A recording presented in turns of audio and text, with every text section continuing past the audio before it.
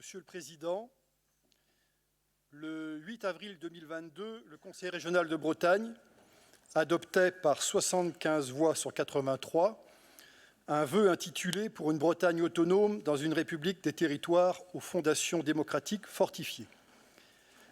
Les demandes formulées dans ce vœu étaient les suivantes. Je cite « Le Conseil régional de Bretagne rappelle au gouvernement sa demande d'engager à l'horizon 2024 le processus législatif qui permettra une consultation sur le processus de réunification de la Bretagne. Propose au gouvernement et au Parlement qui seront issus des scrutins du printemps 2022, premièrement, d'entamer des discussions pour la définition d'un possible modèle d'autonomie pour la Bretagne, incluant une part du pouvoir législatif et réglementaire, en identifiant les compétences à partager, celles qui resteraient de la seule responsabilité de l'État et celles qui seraient dévolues à la seule collectivité de Bretagne. Deuxièmement, de travailler dans le même temps à une redéfinition des relations budgétaires entre la région et l'État, dans le but de garantir à la région un panier de ressources fiscales significatif, avec pouvoir de taux et de définition de l'assiette, tout en assurant sa participation à des mécanismes de solidarité à l'échelle nationale, dans un souci de cohésion territoriale et sociale de la République. » Fin de citation. Depuis l'adoption de ce vœu, le Président de la République a fait connaître son intention de présenter devant le Parlement un projet de réforme de la Constitution, dans lequel il entend intégrer un volet institutionnel se rapportant aux collectivités territoriales. Le 24 février 2023, le Président de la République s'est invité à la 3e réunion du comité stratégique sur l'avenir de la Corse pour faire les annonces suivantes.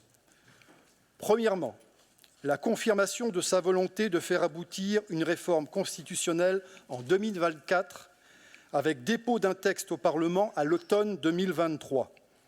Le lancement officiel de cette procédure pourrait intervenir le 14 juillet. Deuxièmement, la volonté qui est la sienne d'inclure dans cette réforme constitutionnelle des dispositions spécifiques pour la Corse. À cet effet, Emmanuel Macron a appelé les élus de la Corse à produire des propositions d'ici le mois de juin. Pour justifier l'inscription dans la Constitution française de nouvelles dispositions spécifiques pour la Corse, qui iraient au-delà du statut particulier, déjà reconnu à cette région métropolitaine depuis 1982, le Président de la République a invoqué, je le cite, « le besoin de reconnaissance d'une langue, d'une culture, d'une histoire ». Fin de citation. Il s'est également référé au statut des îles de la Méditerranée occidentale, qui toutes disposent d'une autonomie législative, réglementaire et fiscale. Les Baléares, la Sardaigne, la Sicile. Troisièmement, la volonté qui est aussi la sienne d'inclure dans la réforme constitutionnelle à venir des dispositions à caractère plus général pour les collectivités.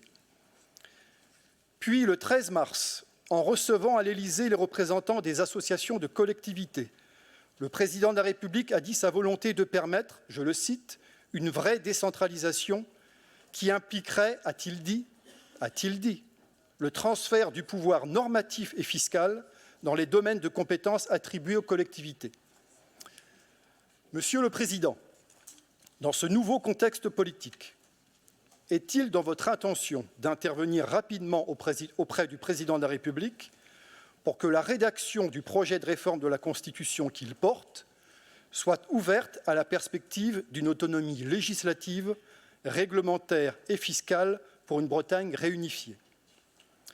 Et pouvez-vous nous dire, Monsieur le Président, si vous avez engagé ou si vous avez l'intention d'engager rapidement des démarches auprès des présidents des 5 conseils départementaux de la Bretagne historique et auprès des représentants du bloc communal pour conduire un travail collaboratif qui permettra de traduire la demande d'autonomie dans une organisation décentralisée de la Bretagne selon le principe de subsidiarité.